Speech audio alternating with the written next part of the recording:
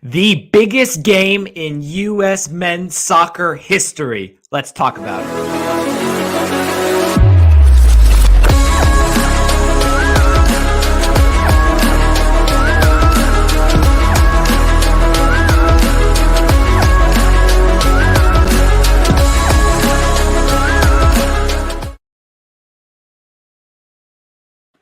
All right, welcome back to the webcast All Sports One Web. This is our World Cup series. I got Jacob here with me to discuss why tomorrow's game against Iran is the biggest game in U.S. soccer history, bar none. But before we get into that, going through all the comparisons, I know what you guys are thinking right now, that Algeria game, the Trinidad game, the game against Spain, the countless games in the Gold Cup against Mexico. There's been many great games in U.S. history, but we are going to tell you why tomorrow's game against Iran is the biggest. But first, Jacob, what we have to do is we have to kind of decompress a little bit and talk about the first two group stage games of this 22 World Cup in Qatar. The U.S. took on Wales in game one, played to a 1-1 draw with a tale of two halves, a great first half, a very poor second half, ended in a 1-1 draw there. We then went and played England to a 0-0, 0-0 draw. Boring, but a good tactical switch from Berhalter there. So what is your thoughts overall on the two group games as we go into the third and pivotal one against Iran? Yeah, so first of all, thanks for having me. It's been great to watch the World Cup. I can't say how much. I can't begin to describe how much fun I'm having just watching as many games as I can. The Wales game was awesome to watch. The first half, as we're talking about, is arguably the best first half of soccer that the U.S. team has ever played. I've never been more proud to be a fan of the American team. Like, they look like a real team for once. I think you and me, we've been watching the team for about 20 years now. We're always scrappy. We have some talisman players, Donovan, Dempsey, step up in key moments to score some nice goals, but we hardly held possession and actually like dominated and dictated a game in a big tournament like we did in that first half against Wales, and that was awesome to see. We looked more like our usual selves in the second half, but we had some decent excuses with McKennie and Dest coming off injuries. Our guys weren't as fit. It was the first game of the World Cup. It makes sense. We got a little nervous in the second half, and we blew the lead. I think we take a lot of positives from that. The England game was a great result. I think anyone who's sad about tying England with the players that they have right now hasn't been paying attention. England is a massively strong team, and I was super happy with that result. Yeah, I cannot. After that first half, I mean, I was dancing, I was screaming. I was so excited that first half against Wales because that was, as you said, the best half of a performance I have ever seen from the U.S. and to come from such a young squad going into their first half. All those players that started that game against Wales, that was their first World Cup experience. And boy, did they take it on the chin and just give everything. But because they gave everything in that first half, that second half showed that we didn't have the legs, we didn't have the energy to keep going, we didn't have the subs, the depth of squad to keep going throughout the second half. Gave up that penalty, and then maybe even gave up a couple chances that could have seen us throw away even the point that we got from Wales. I like to see that second game against England, we played much worse, especially when you're comparing that first half that we did against Wales. But the formation change, I was so happy to see going with a more 4-4-2 to help combat that attacking talent that England had. That was a great switch, something that you need to have in your manager in the World Cup is to be able to adjust and change. We're talking about 3 games. You have to capitalize on all 3 games. You have to capitalize on if you want to see the knockout stage of the World Cup. Being able to adjust to England was fantastic to see. He got the tactics, for me, perfectly right. Greg Berhalter did. We were able to absorb pressure and keep possession and pin England back a bit there. absolutely fantastic performance. We are probably unlucky to only get a draw there against England, even though both teams didn't create that much. We were probably the better team on the day. So we go and we take 2 points from our opening 2 games, and we go into the third game tomorrow against Iran. So to summarize the table for you, we have England, who sits atop with 4 points, Iran on 3 points after their victory over Wales. The USA sit on 2 points, and Wales at 1, meaning the US needs a win here to advance. We've seen that before, where the US has drawn their first 2 games, need a win against a weaker opponent on paper in that third game. Back in 2010, we saw that, one of the greatest games in US history, most memorable for the Tim Howard throw out wide for the cross into Dempsey. The goalie comes out, takes the ball off of him. It sits nice and perfect for Landon Donovan to tuck that away to put the U.S. up in extra time, 1-0 winners against Algeria in 2010. Gave us not only the 3 points on the day, but top spot in that group that also had England in it. So for you, Jacob, why is this game against Iran even more vital than that game against Algeria? Yeah, so the Algeria game was great. We had an awesome squad back then. I loved watching that team. Landon Donovan was in his prime. Landon Donovan, I still say the greatest American soccer player of all time, was 28 years old. He was at the peak of his power, and he put us through. I don't think that 2010 team, that was at that time their ambition. If they would have gotten sent home in that group stage with in prime Landon Donovan, and Clint Dempsey was 27 at the time, Tim Howard 31, Michael Bradley 23, I think he was rising. If they would have got sent home there, that would have been a huge failure. So we went into this tournament in 2022 with expectations for this young squad, and we need them to get out of the group. And that is just realistically and just pragmatically what our goals are. Obviously, we want to go as far as we can, but if this young team can beat Iran tomorrow and advance, that is a huge success. It will give our young players so much confidence going into the next World Cup in 2026 when we host it. This is the golden generation of U.S. soccer. We have so many young talent, and if we don't play a knockout stage game, I fear in 2026 when we make it, I'm calling that now, there's no way we don't make it out of the group then. Our team's going to be too good then, with everyone reaching. Christian Pulisic's going to be 28 in 2026. He's going to be, again, at the height of his power. But we need some experience playing a knockout stage game in a World Cup. So if we don't get that, if we lose to or tie Iran tomorrow, then it will be so detrimental to the players' confidence going into the next World Cup. And yeah, I think that's why this is more important than that Algeria win overall. Yep. I think Landon Donovan is the key point there in this storyline. We go back all the way to 2002 when he was only 20 years old. He went on into the South Korea tournament there and went on to win Young Player of the Tournament at 20 years old, carrying that U.S. team. Back in 2002, that was the only time the U.S. had actually not only made it out of the group, but won their first knockout stage game, making it to the quarterfinals.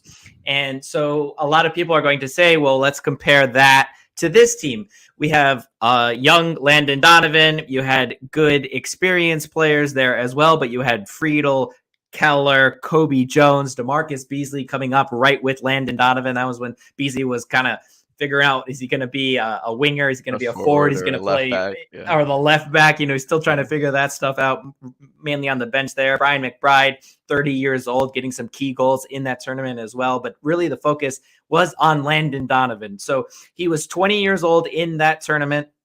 We were able to finish second in that group in 2002, just behind South Korea, who were hosting hosting the tournament after beating Portugal in the opening game, getting a draw in the second game against South Korea, losing the final game to Poland, but basically had already qualified at that point on 4 points with the way that the group had shaken out. So in your opinion, does that 2002 team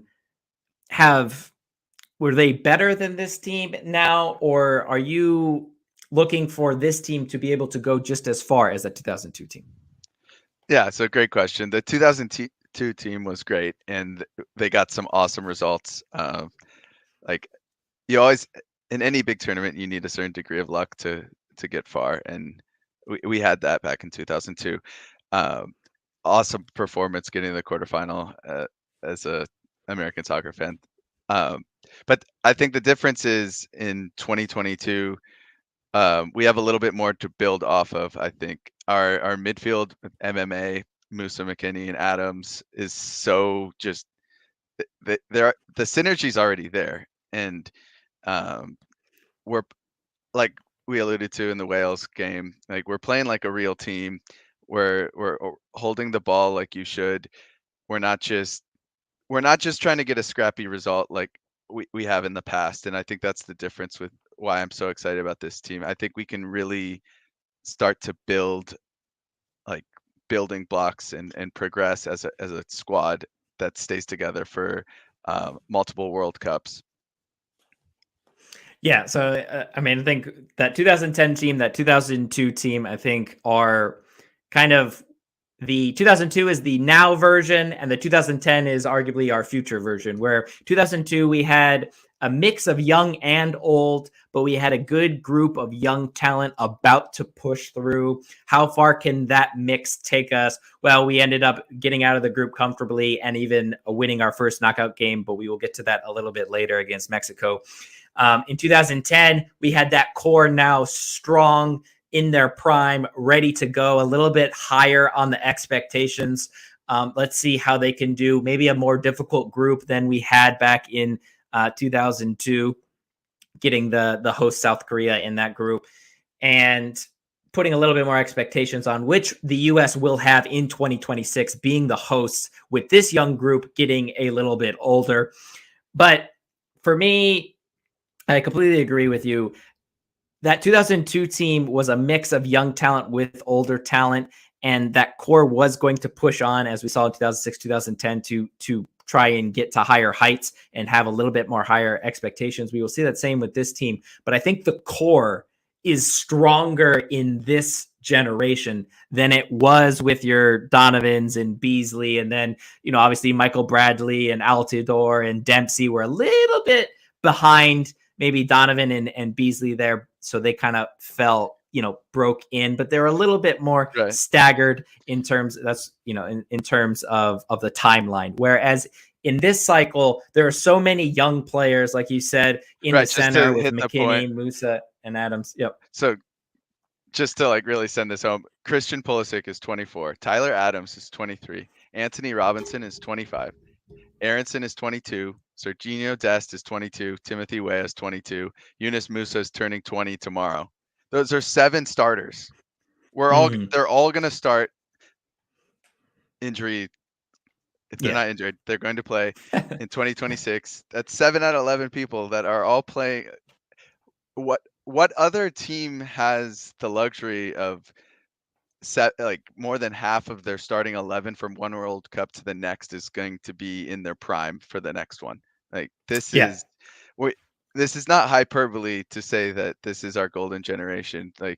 This is exciting, but we have to beat Iran. And if we don't beat Iran, then again, these young players are going to not be confident going into the knockout stages in 2026 when we make it out of that group. Yeah, exactly. The U.S. is the second youngest team at Qatar, especially when you consider a starting 11 that has an average age of about 23, close to 24 maybe.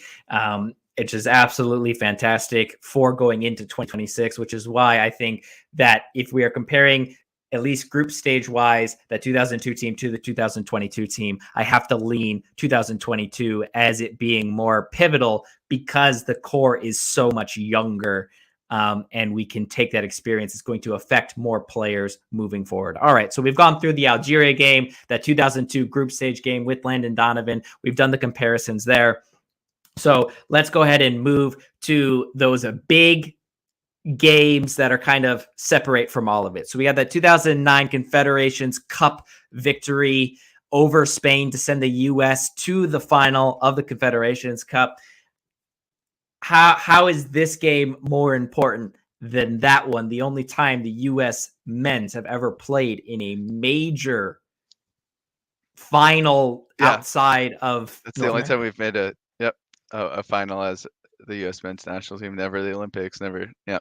So that's huge.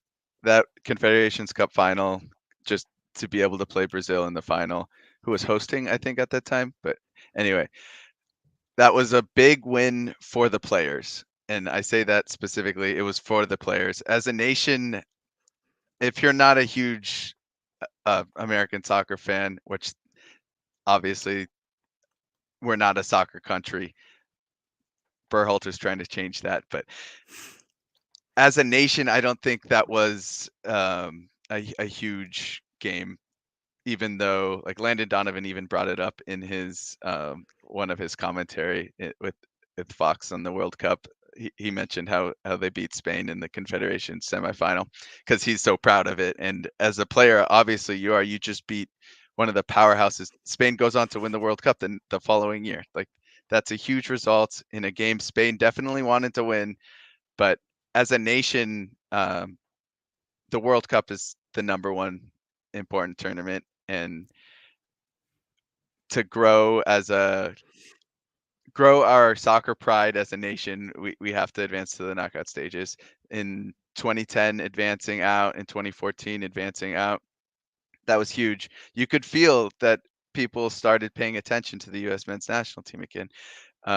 Us losing to Trinidad and Tobago in 2018, right before that World Cup, was very deflating for the tournament, for the country, excuse me. And all the work the team kind of put in to grow as a soccer country in 2010 and 2014 kind of deflated there. That was sad to see as a fan that really wants it to grow in America. So World Cup's number one important thing. I think you hit on a bunch of important points there that really help support why this game against Iran is the most important in U.S. history. You made the point about the momentum that we built in 2010, really 2006. Really, if you really want to, 2002, 2010, 2006, and 2010, especially going into that 2009 Confederation semifinal against Spain. Confederations Cup, for those who don't know, it is a tournament between all of the winners of the continental tournaments, not the qualifying or anything like that, the continental tournaments, and they all play each other as a prep for the World Cup. So you go to where the host country for the following World Cup is going to be, and you play a little mini tournament to help that country prepare for the World Cup. So all of the top teams were going to that tournament, including the North American representation, which was the United States. We had built from 2002 to 2006 a more cohesive squad, got a lot of good experience under our belt, and went into that 2009 kind of Confederations tournament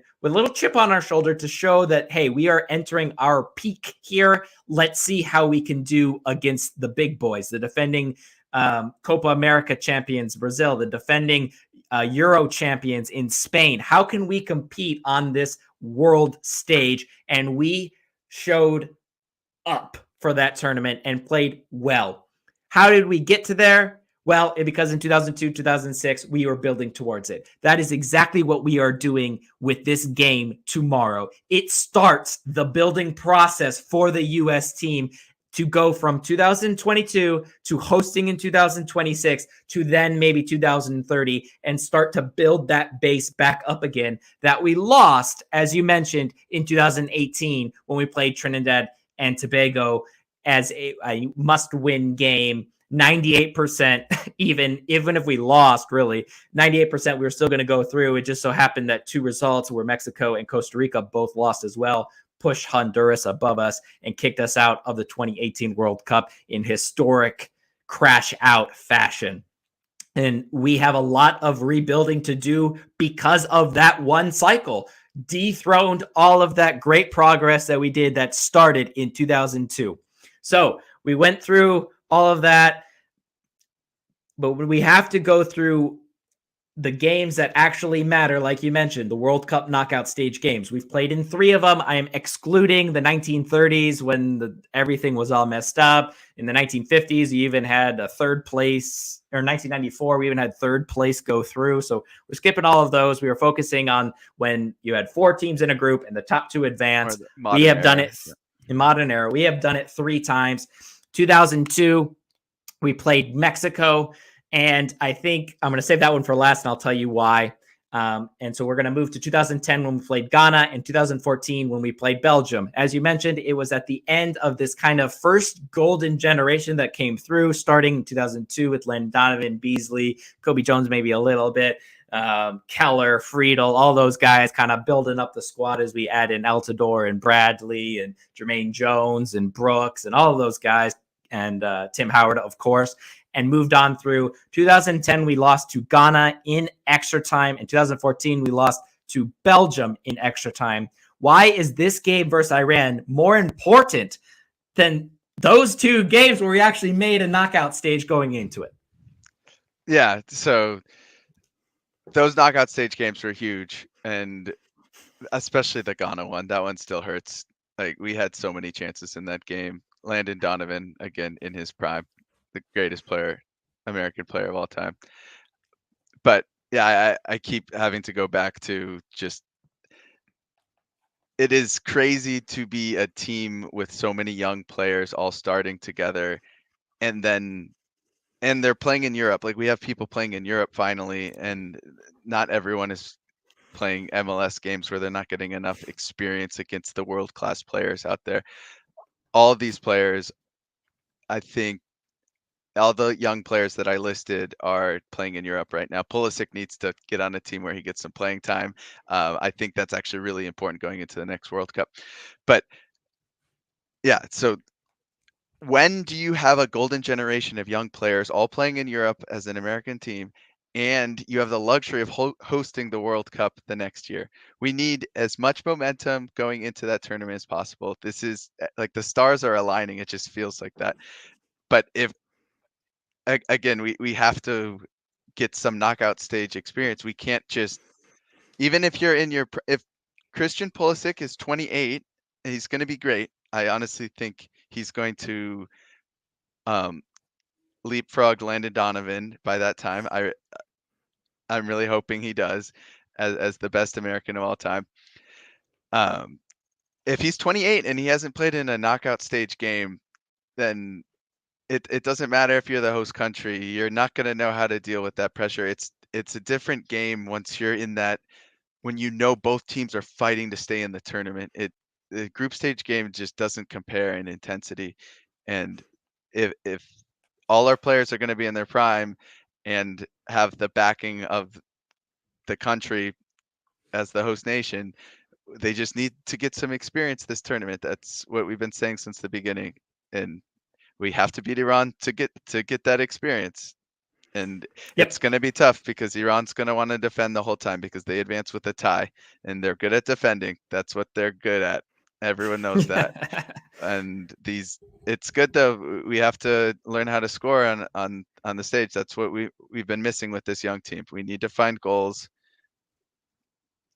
Yeah. I think you made a great point there when you said you're not used to it. And that is why I saved that game against Mexico in 2002 to last, because we had played Mexico going into that 2002 round of 16 game. We had played them 4 times in the previous 2 years.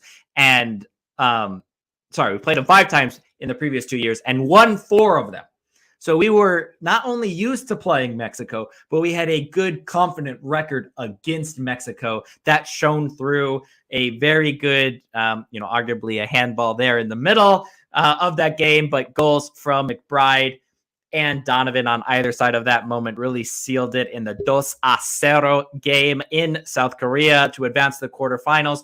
And so that was a more of a familiarity game for those players. They had all played in qualifying twice against Mexico. It didn't lose. They played, in friendlies and so on against Mexico. And so they were very comfortable with that. So, and that, again, that 2002 team we are comparing to this current 2022 team, and the experience that they got in 2002 is what catapulted us through 2006, 10, and 14 to kind of get a squad together and really cap off our first golden generation of players.